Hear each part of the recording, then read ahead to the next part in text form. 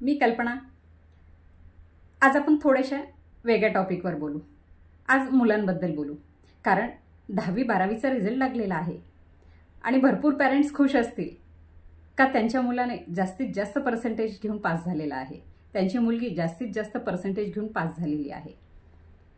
पण काही पेरेंट्स हताश पण असतील, काही मुलं पण हताश असतील का मला कमी मार्क भेटले। पण मित्रांनो आणि माझ्या मैत्रिणींनो, कधी विचार केलाय का आपल्या मुलाला मार्क का कमी पडले? काही सिच्युएशन त्याच्यासोबत अशी काही घडली असेल त्यामुळे त्याला पडू शकतात ना कमी मार्क। आम्हाला मुलं म्हणतात का मॅडम जेव्हा आम्ही पेपर लिहितो ना पूर्ण ब्लँक होऊन जातो, आणि माझं पण असंच होतं, पेपर लिहिता वेळेस पूर्ण ब्लँक होऊन जात होती। पण मित्रांनो, आपल्याला थोडासा विचार करावा लागेल। आपल्या मुलांकडनं भरपूर अपेक्षा असतात का माझा मुलगा डॉक्टर व्हायला पाहिजे, इंजिनियर व्हायला पाहिजे, माझा मुलगा माझी मुलगी IAS अधिकारी व्हायला पाहिजे। प्रत्येकाच्या अपेक्षा भरपूर असतात, पण खरंच त्या पूर्ण होतात का? आणि ह्या आपल्या अपेक्षा आपण आपल्या मुलांवर लादण्याचा प्रयत्न करतो, आणि कुठेतरी ह्या ज्या अपेक्षा लादतो ना मुलांवर, त्यामुळे त्या मुलांवर कुठेतरी एक ओझं वाटते। पहा, मुलं आपण नीटसाठी, जीसाठी, मेन्ससाठी बाहेर शिकायला पाठवतो, मुलांची इच्छा नसतानाही बाहेर पाठवतो, आणि तेव्हा काय होते, मुलं 2 वर्ष, 3 वर्ष, 4 वर्ष तिथेच राहतात, त्यांना ती सीट क्वालिफाय होतच नाही, आणि कुठेतरी मुलांवर एक प्रेशर येते। मी असे काही मुलं पाहिलेले आहेत का जे डिप्रेशनमध्ये गेलेत। काही विद्यार्थी तर असे आहेत का त्यांनी सुसाईड सुद्धा केलेलं आहे।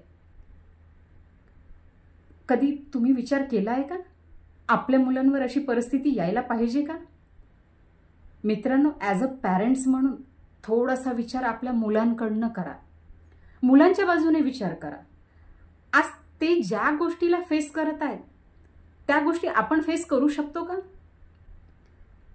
त्यांची कॅपॅसिटी आहे तेवढंच ते करणार ना।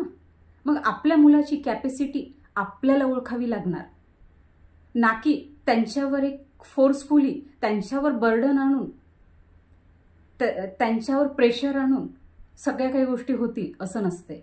कारण मुलाची जेवढी कॅपॅसिटी राहते ना त्या कॅपॅसिटीनुसार तो करणार झाला ना। त्या मुलीची जेवढी कॅपॅसिटी आहे त्या कॅपॅसिटीनुसार ती करेल ना। पण आपल्या अपेक्षा आहेत म्हणून आपण त्यांच्यावर सगळ्या काही गोष्टी लादणं बरोबर नाहीये। आणि मित्रांनो, मैत्रिणींनो, आपण तिथेच चुकतो। आपल्या अपेक्षा त्यांच्यावर थोपवण्याचा प्रयत्न जेव्हा आपण करतो ना, मग मुलांची ती इच्छा नसून सुद्धा ते त्या गोष्टी करायला लागतात। आणि मित्रांनो, कुठेतरी हे मुलं, हे मुली बाहेर आधार शोधायला लागतात, आणि एकदा जर त्यांनी बाहेर आधार शोधला तर कुठेतरी चुकीच्या मार्गावर जातात। आणि आज आपल्यासमोर हल्लीच झालेली गोष्ट समोर आहे, पुण्याला जे प्रकरण झाले, काय या प्रकरणाला आपण काय म्हणू शकतो? हेच आहे ना, कुठेतरी आपल्या मुलांवर आपण प्रेशर देऊन त्यांना बाहेर पाठवतो, त्यांची इच्छा नसताना आपण बाहेर पाठवतो, आणि मग मुलं कुठेतरी बाहेरचा आधार शोधायला लागतात।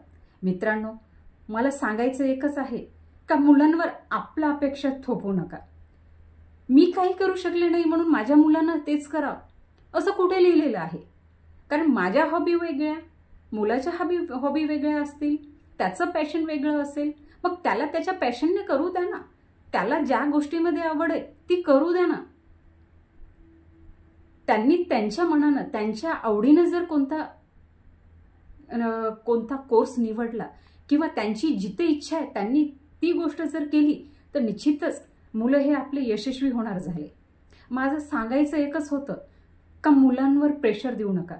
पहा, जेव्हा आपण प्रेशर देतो मुलांवर किंवा एक फोर्सफुली सांगतो तर कुठेतरी नाईलाज असतो, मुलं करतात त्या गोष्टी। पण कधी त्यांचा विचार आपण केला का? त्यावेळेस त्यांची तब्येत व्यवस्थित नसेल, भले आपला मुलगा वर्षभर अभ्यास करतो पण परीक्षेतच ब्लँक होऊन जातो, तेव्हाची परिस्थिती कधी जाणली आहे का आपण? आपल्या मुलीची ही परिस्थिती जाणून घेतली आहे का?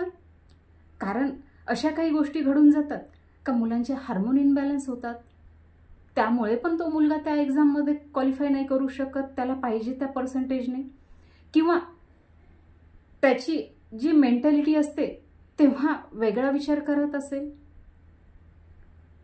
त्याची इंटरनल बॉडी त्या गोष्टीला सपोर्ट करत नसेल, आणि म्हणून कदाचित भले तो वर्षभर अभ्यास केला असेल पण जेव्हा एक्झाम लिहितो तेव्हा कुठेतरी तो ब्लँक झालेला असेल.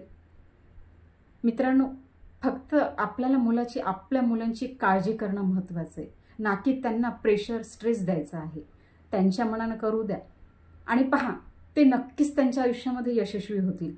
पहा, आज आपल्या मुलांना जर 70% पडले ना, पडू द्या ना. 80% पडले ना, पडू द्या ना.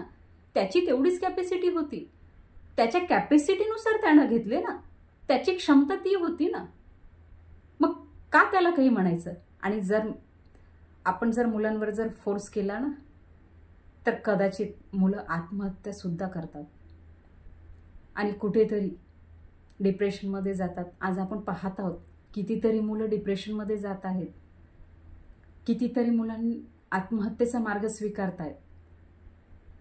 हे या गोष्टीपेक्षा मुलांच्या मनाने जर प्रत्येक गोष्ट झाली तर निश्चितच त्यांच्या आयुष्यामध्ये ते यशस्वी होतील ना. मग त्यांच्या मनाने करू द्या ना. आणि फ्रेंड्स, मला वाटते का प्रत्येकाने रिच डॅड पुअर डॅड हे बुक वाचणे कंपल्सरी आहे. आणि जर तुम्ही हे बुक जर वाचले तर निश्चितच कळेल का मुलांनी त्यांच्या यशासाठी, त्यांचा मार्ग निवडण्यासाठी काय करायला पाहिजे. निश्चितच माझा हा व्हिडिओ आवडला असेल तर लाईक करू शकता, कमेंट करू शकता आणि शेअरसुद्धा करू शकता. So thank you.